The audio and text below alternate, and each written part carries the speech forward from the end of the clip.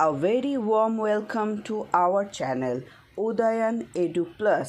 আর আজকের ভিডিওটি করা হয়েছে NSOU অর্থাৎ নেতাজি সুভাষ ওপেন ইউনিভার্সিটির পোস্ট গ্র্যাজুয়েশন স্টুডেন্টদের জন্য, পিজি স্টুডেন্টদের জন্য, অর্থাৎ যারা MA করছো, এবং আজকের সাবজেক্টটি পলিটিক্যাল সায়েন্সের ওপরে, অর্থাৎ PGPS post graduation in political science, অর্থাৎ NSOU থেকে যারা 2 বছরের পলিটিক্যাল সায়েন্সের ওপর MA বা পোস্ট গ্র্যাজুয়েশন করছো, তাদের সেমিস্টার 1-এর পেপার 3 অর্থাৎ PGPS 3-এর একটি গুরুত্বপূর্ণ প্রশ্ন নিয়ে আমরা আজকে আলোচনা করব। এটা তোমাদের আসন্ন সেমিস্টার 1 পরীক্ষার জন্য পেপার 3-এর একটি অত্যন্ত গুরুত্বপূর্ণ প্রশ্নের উত্তর পেপার 3। তো চলো শুরু করা যাক। Wait. A very important things to say that please watch the whole video, and if you like our video then don't forget to subscribe our channel and must do a like and do lots of comments, and please share this video to your friends and families. Thanks a lot. Robert ডাল এর গণতন্ত্র, পলিয়ার্কি বা বহু শাসনতন্ত্র বা গণতন্ত্র বিষয়ে Robert ডাল এর ধারণা। ডেমোক্রেসি বাই রবার্ট ডাল।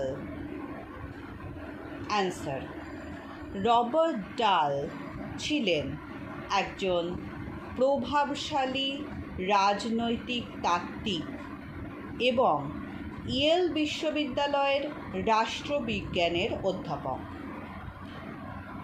রবার্ট ডাল রাষ্ট্রবিজ্ঞানের ক্ষেত্রে গণতন্ত্রের ধারণাটিকে বিশেষভাবে সমৃদ্ধ করেছেন।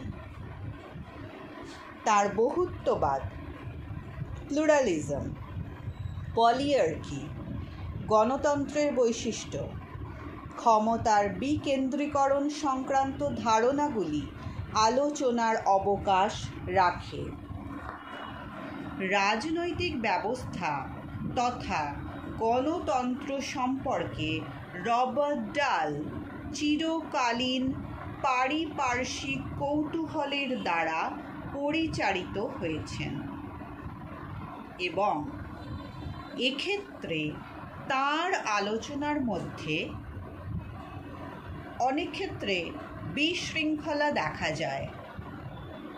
রবার্ট ডাল তাঁর পুস্তক অন ডেমোক্রেসিতে গণতন্ত্রের একটি আদর্শ রূপ হিসেবে বহু শাসনতন্ত্র বা পলিয়ার্কির ধারণা প্রকাশ করেন। এই ধারণায় জনগণের অংশগ্রহণ ও প্রতিযোগিতামূলক রাজনীতির ওপর বিশেষ জোর দেওয়া হয়।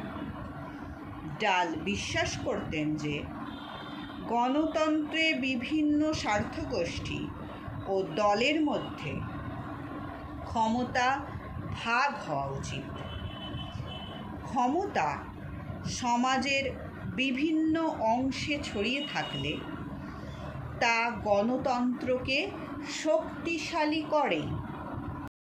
ডাল গণতন্ত্রের বহুত্ববাদী তত্ত্ব প্রতিষ্ঠা করেন, যেখানে প্রতিযোগিতামূলক রাজনৈতিক ফলাফল দেখা যায়, যদিও এটি স্বার্থগোষ্ঠী দ্বারা প্রভাবিত। তিনি প্রকৃত গণতন্ত্র বলতে বহু জাতিকতার প্রবর্তন করেন।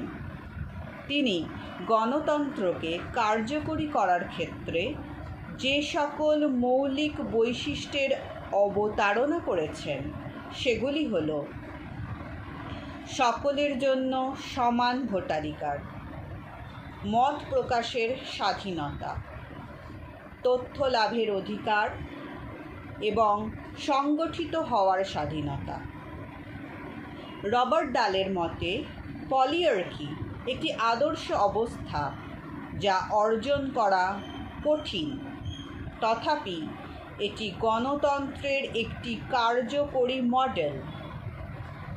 একটি পলিয়ার্কিতে বিভিন্ন স্বার্থগোষ্ঠী একে অপরের সাথে সহযোগিতা করে এবং সরকারের নীতি নির্ধারণে অংশ নেয়।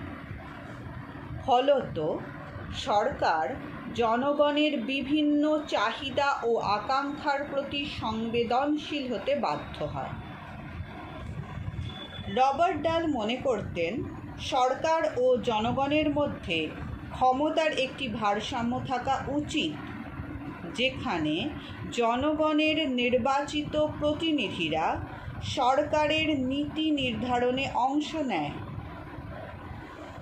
ডাল যুক্তি দিয়েছিলেন, ক্ষমতা একটি রাজনৈতিক ব্যবস্থার মধ্যে বিভিন্ন ব্যক্তি, গোষ্ঠী এবং প্রতিষ্ঠানের মধ্যে বিতরণ করা উচিত, কিছু ব্যক্তির হাতে কেন্দ্রীভূত না হয়। রবার্ট ডাল পলিয়ার্কি শব্দটি ব্যবহার করেছিলেন এমন এক ধরনের সরকারের বর্ণনা করতে যেখানে ক্ষমতা একাধিক ব্যক্তির হাতে থাকে। এটি একনায়কতন্ত্র বা গণতন্ত্রের রূপ পরিগ্রহ করে না। রাজনৈতিক সমতা সম্পর্কে ডালের রচনা সংখ্যাগরিষ্ঠের শাসন সম্পর্কে তার ধারণা স্পষ্ট করতে সাহায্য করে। ডাল বলেন, সংখ্যাগরিষ্ঠ শাসন কেবল রাজনৈতিক সমতা অর্জনের উপায় হিসেবেই ন্যায্য। প্রায় 17 বছর আগে তাঁর প্রয়াত শ্রেষ্ঠ লেখক ডেমোক্রেসি অ্যান্ড ইটস ক্রিটিক্স বইতে তিনি সংখ্যাগরিষ্ঠ শাসনকে সমতার সাথে সংযুক্ত করতে ব্যর্থ হন। প্রায় 50 বছর আগে তাঁর ডেমোক্রেটিক থিওরির ভূমিকা গ্রন্থটিতে তিনি ম্যাডিসনিয়ান গণতন্ত্রের সমালোচনা করেছিলেন সংখ্যাগরিষ্ঠের শাসনের প্রতি অঙ্গীকারের অভাবের জন্য। এই গণতন্ত্রে তার সমালোচনার মূলে রয়েছে ম্যাডিসনিয়ান ফেডারেলিস্টেন এর প্রভাব, যেখানে ম্যাডিসন নিজেই যুক্তি দিয়েছিলেন যে বৃহৎ প্রজাতন্ত্রগুলি তাদের নিছক আকারের মাধ্যমে দলাদলিকে সীমাবদ্ধ করবে। ডাল আমেরিকার ফেডারালিজমের ঐতিহ্যকে গণতন্ত্রের পথে মুখ্য বাধা হিসেবে দেখেছিলেন। ডালের কাছে রাজনৈতিক সমতা হল রাজনৈতিক অংশগ্রহণের সমতা।